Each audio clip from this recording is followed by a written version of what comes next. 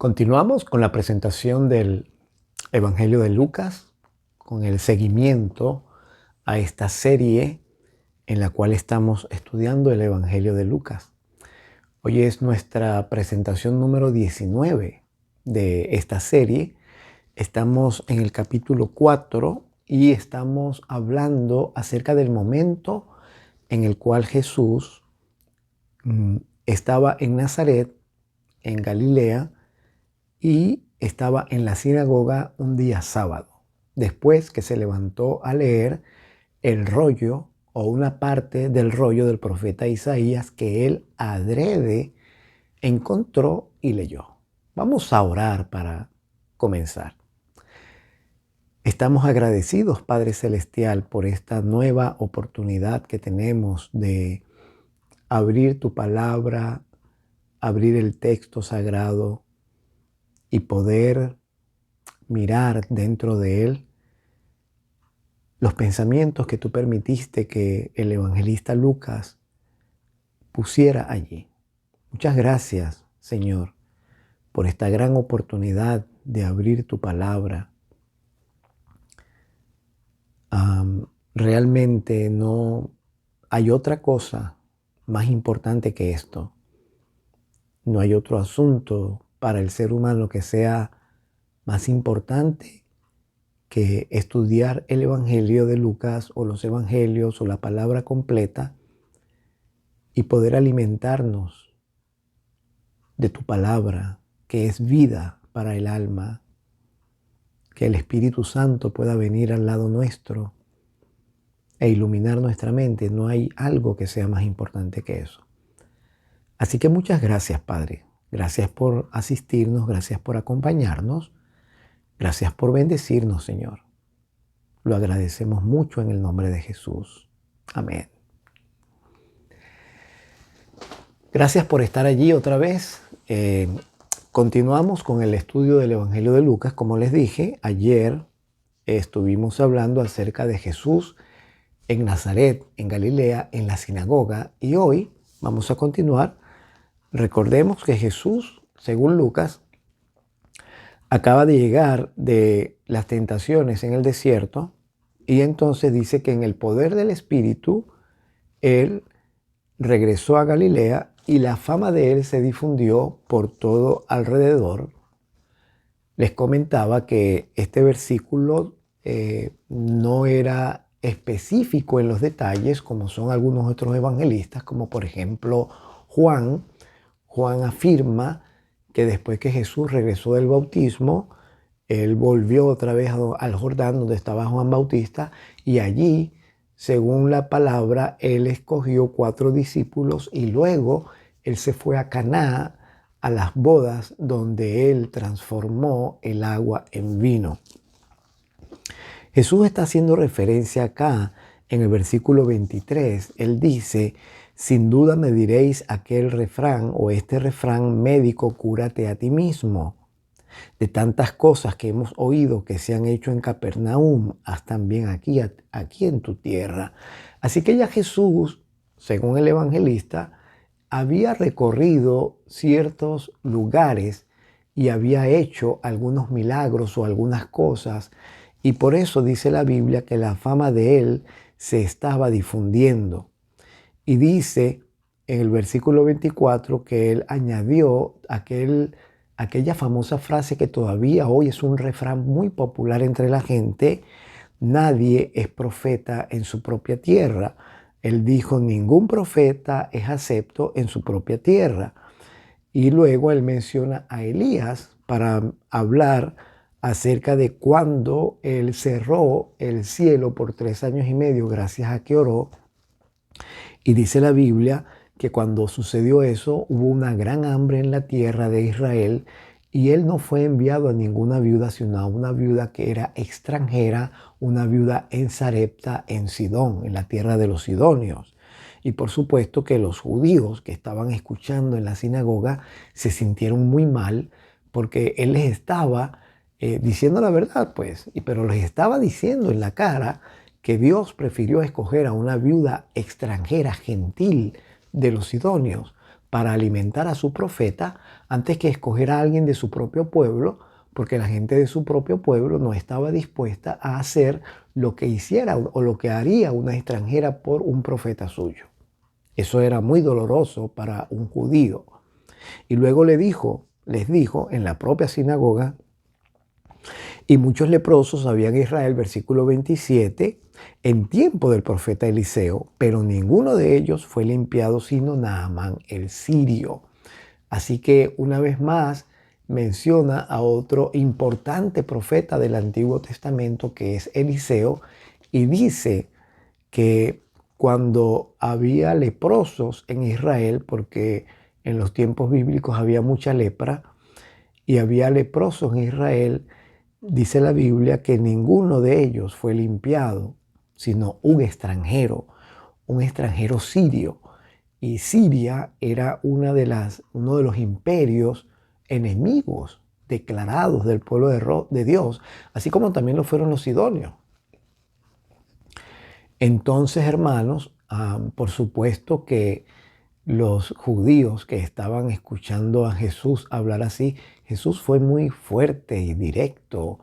Él fue al núcleo, atacó el núcleo del orgullo judío cuando dijo esas palabras. Les estaba diciendo que ellos no eran exactamente las personas a las cuales Dios le podría confiar una tarea tan importante como era alimentar a sus profetas, porque la Biblia dice que al contrario, los judíos cuando tenían a un profeta buscaban matarlo. Y también dice que ni siquiera los leprosos eran dignos de ser limpiados por un profeta de Israel, y por eso el Señor permitía que los milagros sucedieran en otras personas que no eran su propio pueblo. La exclusividad no es un asunto en el cual Dios pone su foco o interés. Cuando nosotros nos convertimos en personas exclusivistas dentro del ámbito religioso, dentro de la iglesia, estamos cometiendo un gran error, un pecado realmente. Ser exclusivistas y pensar que por poseer la verdad Dios debe o tiene que bendecir al pueblo es un gran error. En los tiempos de Jesús, los judíos pensaban que porque tenían el templo, eso era su salvaguarda, eso era su resguardo en contra de cualquier peste, calamidad, enfermedad, ataque del enemigo, y que el templo, por ser el depositario de la presencia de Dios, siempre les iba a proteger. Bueno, el templo estaba allí, pero no necesariamente los protegía. Ellos pensaban que los protegía.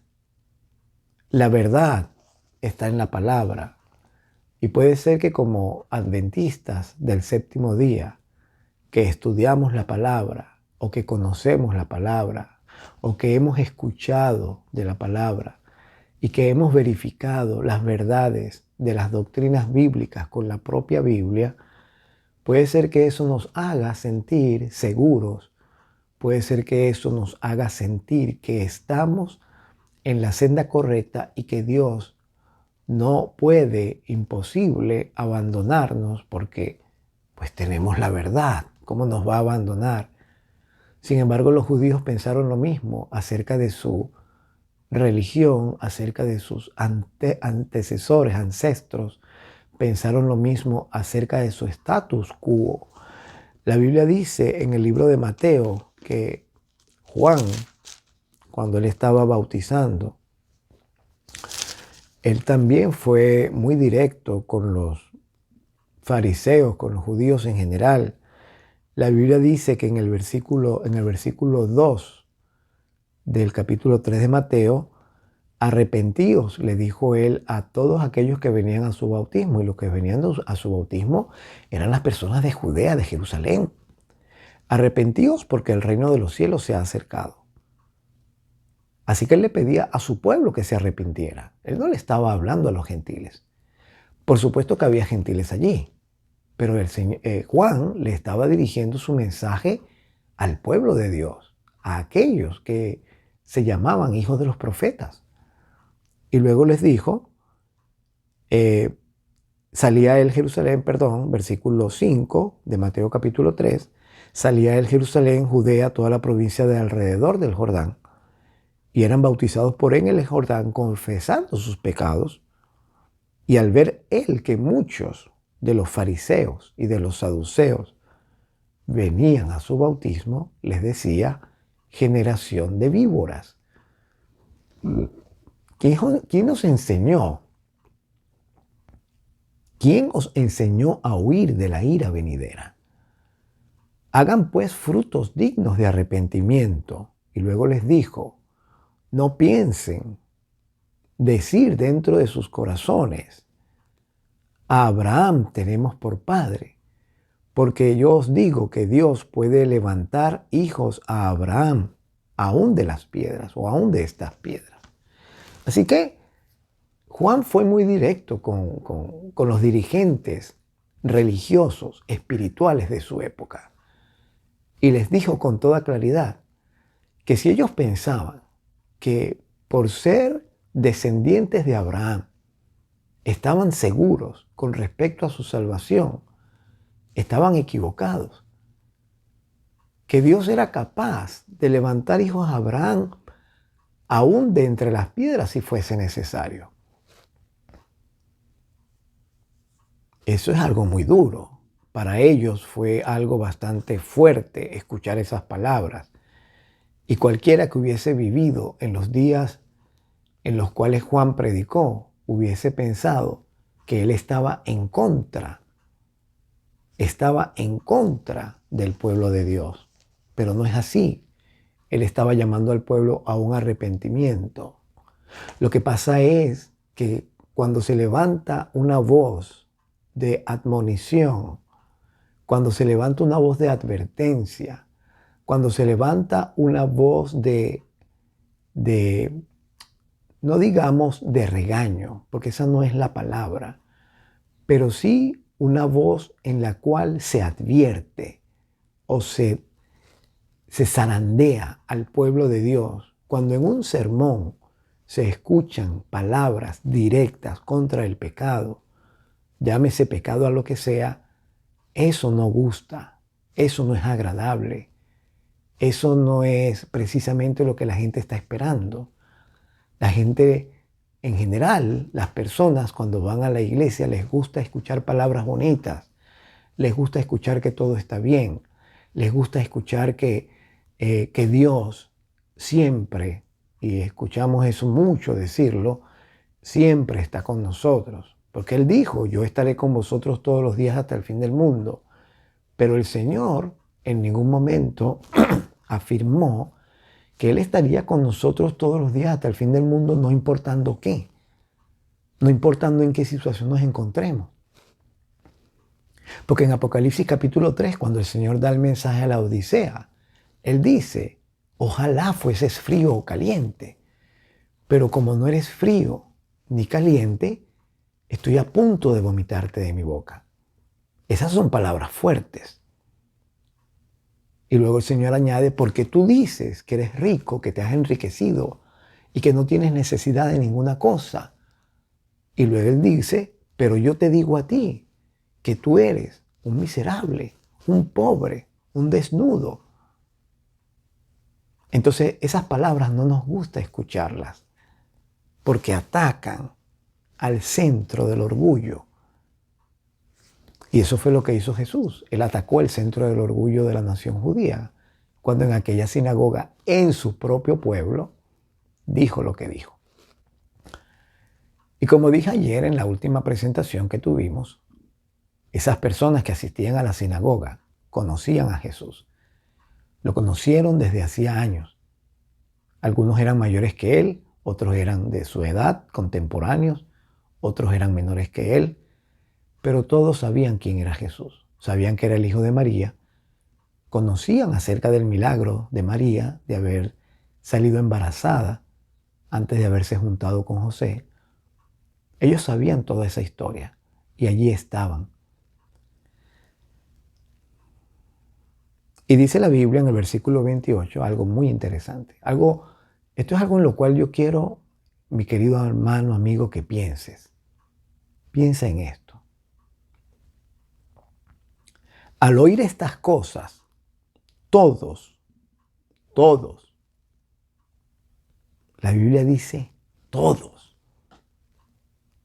No dice muchos, una gran parte, todos en la sinagoga se llenaron de ira.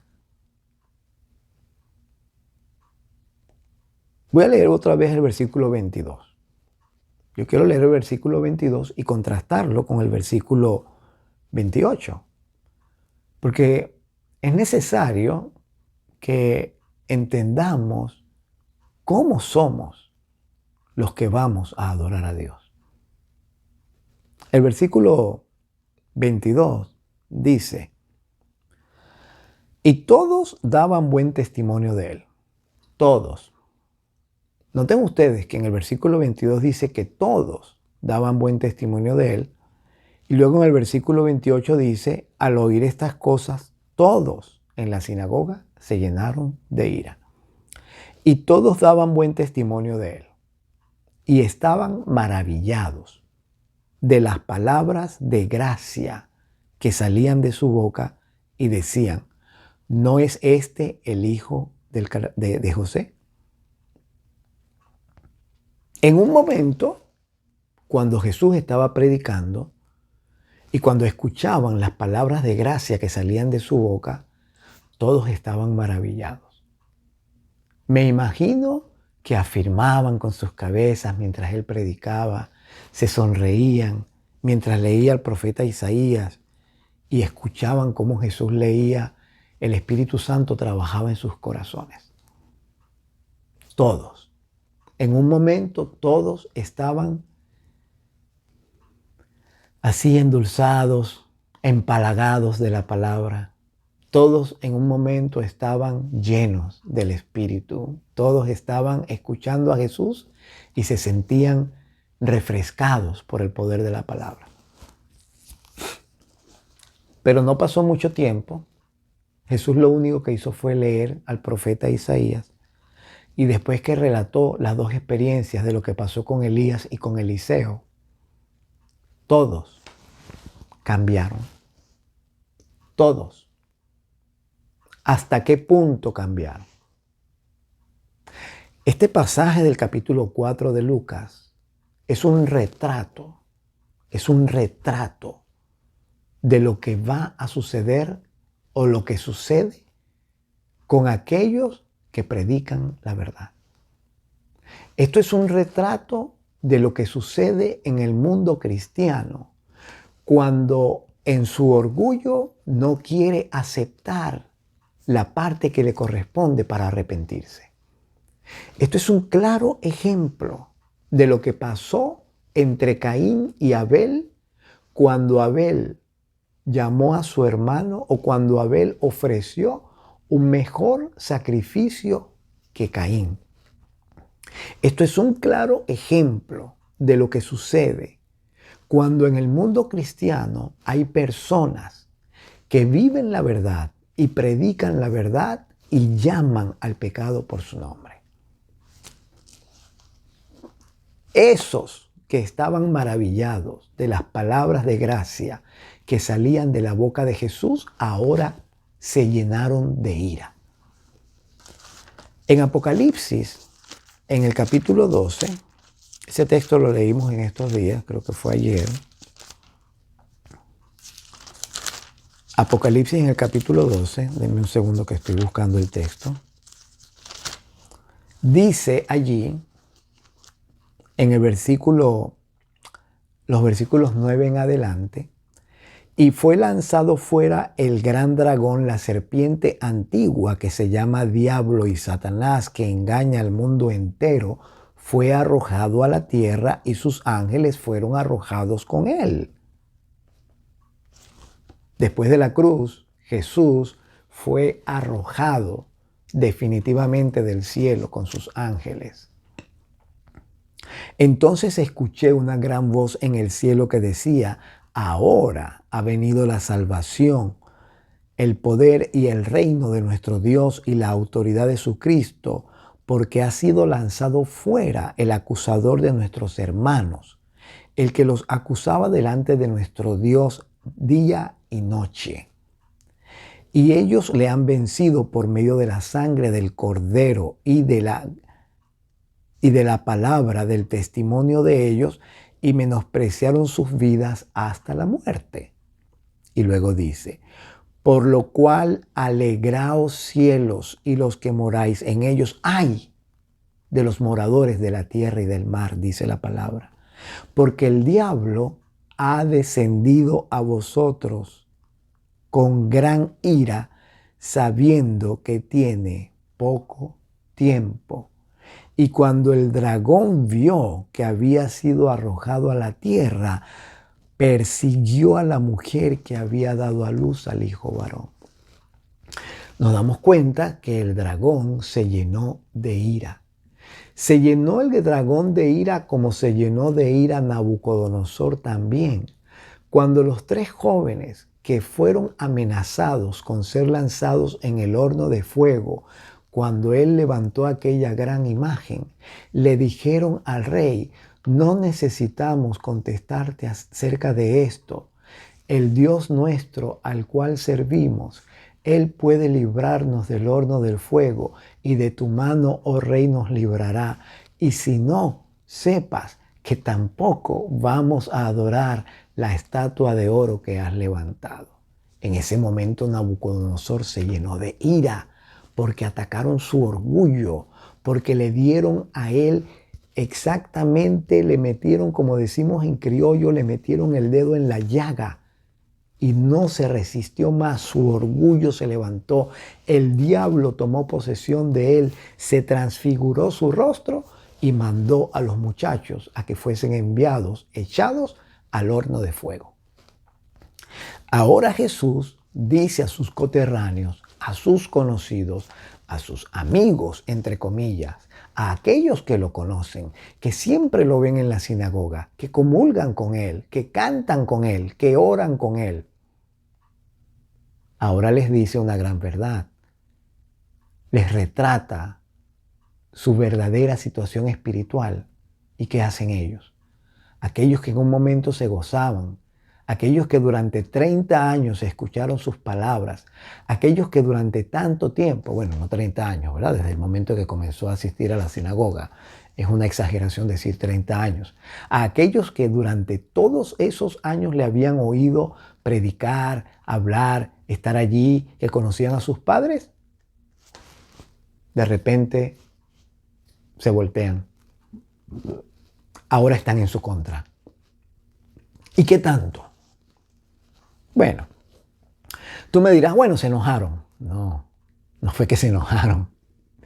No fue solamente que se llenaron de ira. La Biblia dice, y levantándose, versículo 29 del capítulo 4, lo echaron fuera, no de la sinagoga, de la ciudad. ¿Pero qué hizo Jesús? Solamente les dijo que Elías fue enviado a una viuda en Sarepta de Sidón para ser alimentado por ella. ¿Y qué fue lo otro que dijo? Bueno, que Eliseo, en los tiempos de Eliseo, había muchos leprosos en Israel, pero él solamente sanó a un leproso llamado Naamán, que era sirio. Eso, atacar su orgullo como nación, atacar sus creencias acerca de quiénes eran ellos como pueblo de Dios, les dolió. Y les dolió tanto que se llenaron de ira. En un momento parecían estar llenos del Espíritu Santo, parecían. Porque una persona llena del Espíritu Santo no actúa así. En un momento aparentaban ser muy religiosos. En un momento dentro del templo, en compañía de sus hermanos, parecían todos ser muy alabadores de Dios y estaban muy maravillados con las palabras de Jesús en un momento. Y en el siguiente momento, por escuchar la verdad y por escuchar lo que atañía a su experiencia espiritual, se llenaron de ira. En vez de arrepentirse, en vez de meditar y reflexionar y decir, es verdad, tiene razón lo que está diciendo Jesús. Eso somos nosotros. En vez de reaccionar favorablemente, se dejaron llenar del espíritu del enemigo, del espíritu del demonio.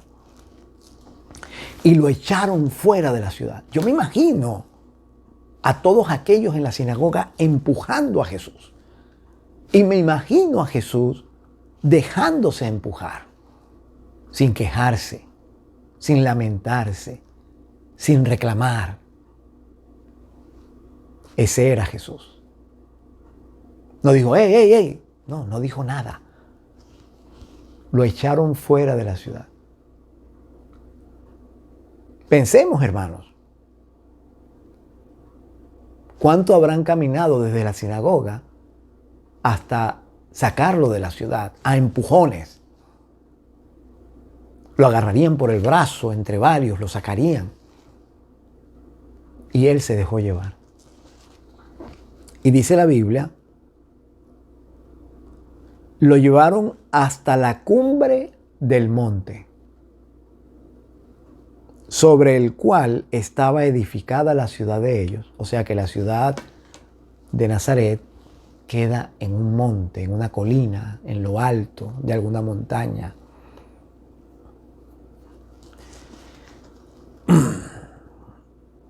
Sobre el cual estaba edificada la ciudad de ellos para despeñarlo. Imagínense cuánto les habrá dolido que les haya dicho su verdad, que lo quisieron matar. Momento, vamos a hacer un paréntesis acá. No estamos hablando de los romanos queriendo matar a Jesús. Estamos hablando de aquellos que se congregaban con Jesús en el templo, que lo conocían por años, que lo habían escuchado predicar muchas veces, que conocían a sus padres, se sintieron en ese momento heridos en su orgullo y decidieron matarlo. De adoradores pasaron a asesinos. De personas que alababan a Dios pasaron a ser en una fracción de segundo a personas que estaban llenas del espíritu del diablo.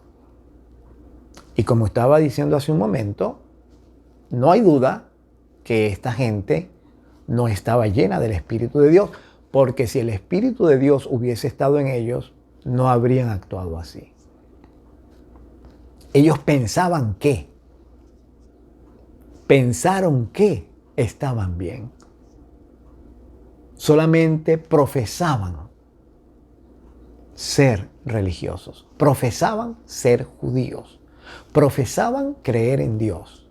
Iban al templo, iban el sábado, y es día sábado. Este es un día sábado en el cual ellos están llevándose a Jesús hasta la cumbre del monte para despeñarlo. No es cualquier otro día. Es en el mismo día sábado que lo quieren matar. Y dice la Biblia, versículo 30, que él pasó por en medio de ellos y se fue. Con toda seguridad, pues, el Padre lo protegió, los ángeles lo protegieron y salió de allí. Impresionante. Impresionante, hermanos.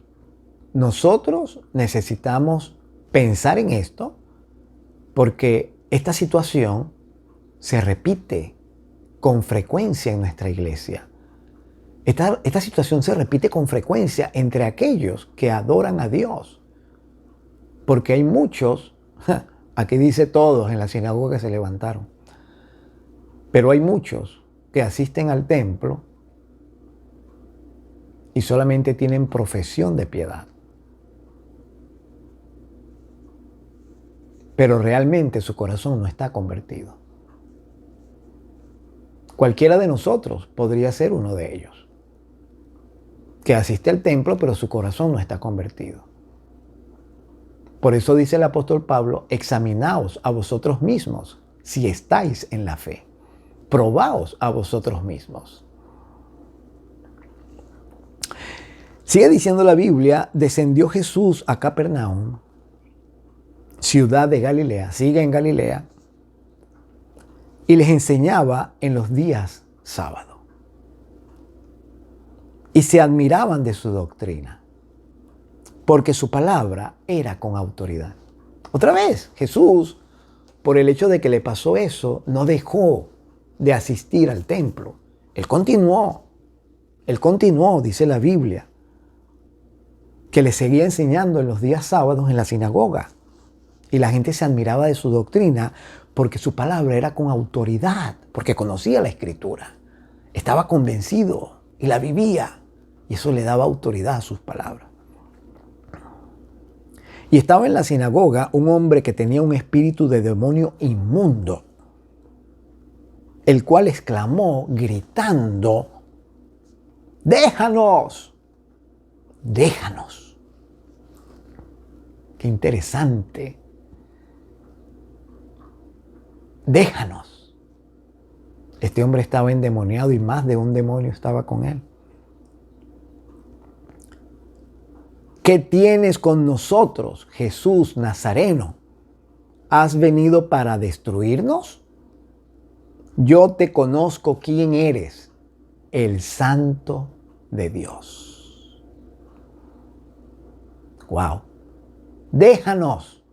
¿Qué tienes con nosotros, Jesús Nazareno? ¿Has venido para destruirnos?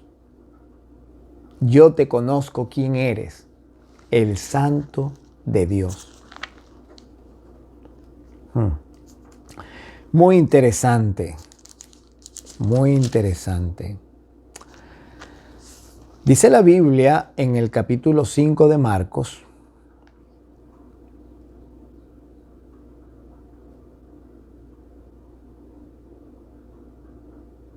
sí, en el capítulo 5 de Marcos está la experiencia del endemoniado de Gadara. Y él dice que cuando Jesús vio al endemoniado de Gadara, dice, cuando vio pues a Jesús de lejos, corrió y se arrodilló ante él, capítulo 5 de Marcos, versículo 6, y clamando a gran voz, gritando, dijo, ¿qué tienes conmigo, Jesús, Hijo del Dios Altísimo? Te conjuro por Dios que no me atormentes. Noten ustedes las palabras del diablo. El diablo siempre va a acusar a Jesús de que Jesús es el que está haciendo lo incorrecto. Destruir, atormentar, cuando Él vino a salvar. Jesús no vino a atormentar a nadie. Jesús no vino a destruir a nadie. Él vino a salvar. Pero el diablo lo acusa y acusará a cualquiera que siga sus pasos de lo mismo. El diablo siempre va a acusar a aquellos que predican la verdad, que ellos han venido a destruir, a armar alborotos, que han venido también a molestar, a atormentar a los demás. Pero me llama mucho la atención este versículo de Lucas en el capítulo 4, en el versículo 33, en el versículo 34, porque él dice que tienes con nosotros Jesús Nazareno. Y luego el mismo diablo dice, yo te conozco quién eres. Cambia su discurso de nosotros a lo personal, de lo plural a lo singular. Entonces, a mí se me ocurre pensar que cuando este hombre habló y dijo, ¿qué tienes con nosotros, Jesús Nazareno? No estaba hablando por sí mismo. Estaba hablando de él y de los que lo rodeaban, que estaban en el templo. Este era un adorador. ¿What? ¿Cómo? Un adorador endemoniado en el templo en el sábado. Cuando escuchó la verdad, se rebeló y explotó y comenzó a gritar endemoniado e incluyó a sus hermanos. ¿Qué tienes con nosotros? ¿Has venido para destruirnos? Yo te conozco quién eres, el Santo de Dios. Y Jesús le reprendió y le dijo, cállate y sal de él. Entonces el demonio, no eran muchos, era uno solo. Así que cuando él dijo, ¿qué tienes con nosotros? Con toda seguridad se estaba refiriendo a los que lo rodeaban o se estaba refiriendo al reino de los demonios, que no estaban allí o que estaban allí, pero el Señor Jesús se refirió a uno solo y le dijo, cállate y sal de él. Entonces el demonio, derribando a este hombre en medio de ellos, salió de él y no le hizo daño alguno.